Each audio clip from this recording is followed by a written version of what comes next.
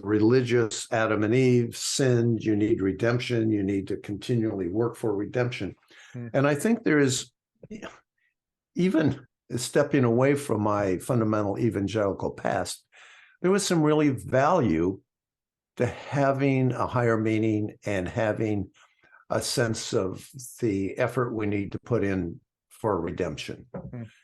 And, this is an aside, but one of the concerns I have with the more liberal progression and either the ignorant or the ignoring religion or actively, depending on your thing, actively chipping away at religion, I'm wondering if that isn't going to have a negative impact, because the guardrails, the higher meaning in life, something bigger than ourselves, community of people who are committed to living a better life, does that translate, or can you create a transformational movement or a transformational belief system that can replicate all of that good stuff? Now, I understand with religion, it comes with a lot of baggage, but can we create? What an interesting point, Rich, because as you were speaking at first, I was going to say, actually, like, I can't help but say the religious undertone, that sensation of like, pull out the word religion or God, whatever God you believe, but that sense of trying to be better, constantly trying to improve, as it seems as if we've been on this progression to try and do, it does feel very religious, spiritual, like there is a God there. So I was thinking that as you were speaking, the question you then ask of like, as we possibly tear down religion as we've known it for the last however many hundreds of years, what impact does that have? And I think, I don't know the answer to this. I think there's definitely a strong case to be made. The one that you're proposing might be true, which is that maybe it's a detriment to society. Maybe if we lose that religion was created, maybe not created, but religion became such a big part of our lives because it was the most effective way to keep us on that path to improving, to addressing the flaws that we have. The other side of it, though, I wonder, is to the bad parts of religion. I wonder if this isn't part of the evolution, right? The spirit of religion or God, the concept of God or whatever, still holds. But the need to control people through institutions had its purpose maybe for a time.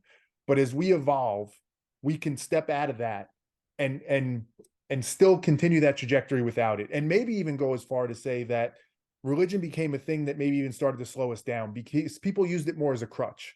I'd like to think when religion and the concept of God first came about, it was because people really wanted to be better and they believed in that. And that was that force that was driving us. It's almost as if now people think less about that. They just think, some people, not everybody, obviously, but if I go to church, if I believe in God, if I do those things, then by definition, I am now a better person. And they forgot about the actual work you have to do. They forgot about all the models and the things that you're talking about. So sometimes I wonder if stripping that away isn't going to allow us to get back to actually putting the responsibility on us to actually do some of the work to be better. I don't know, though, because there's certainly signs that say we're worse off right now in some ways because religion isn't as big part of people's lives. So I don't know. But how do you think about that? Like, does that change your view of it at all? Once again, you ask the hard questions, and I just love it, Terry. You're doing a great job. Appreciate it. My concern is that, in fact, I read an article, I have no idea if it's true, neurological studies show that we have a place in our brain for religion. I mean, not specifically religion, but for a belief system in something bigger than ourselves. If that's the case, then the question is, could something come if we eliminate religion? Well, in fact, A Man for All Seasons, the play, the acolyte asks Moore, he says, I would tear down all the laws in England in order to get at the devil. And Moore's response was, and once the devil turns around and there's no law. So my concern is, if we have this place for this, a belief system, and we eliminate religion with all its flaws, and believe me, I know, I know all those. I'm not arguing about that. But will mass hysteria, mass belief, could that take over? That could be tied emotionally to a place that is detrimental and really sets us back for generations. I think we have to. I say we have to. We don't have to do anything. I believe we have to completely entertain that that's absolutely true. Even the most devout atheists or people that are most against religion and believe that, you know, we're entering a new phase of humanity where religion is actually a bad thing for us and it's hurting us.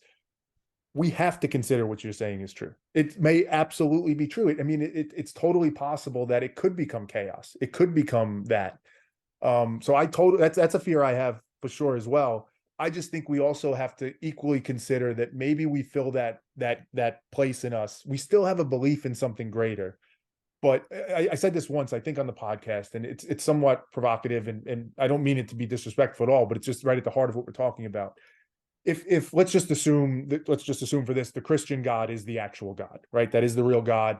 Jesus was sent down to earth as a, you know, manifestation of him as a son to teach us whatever.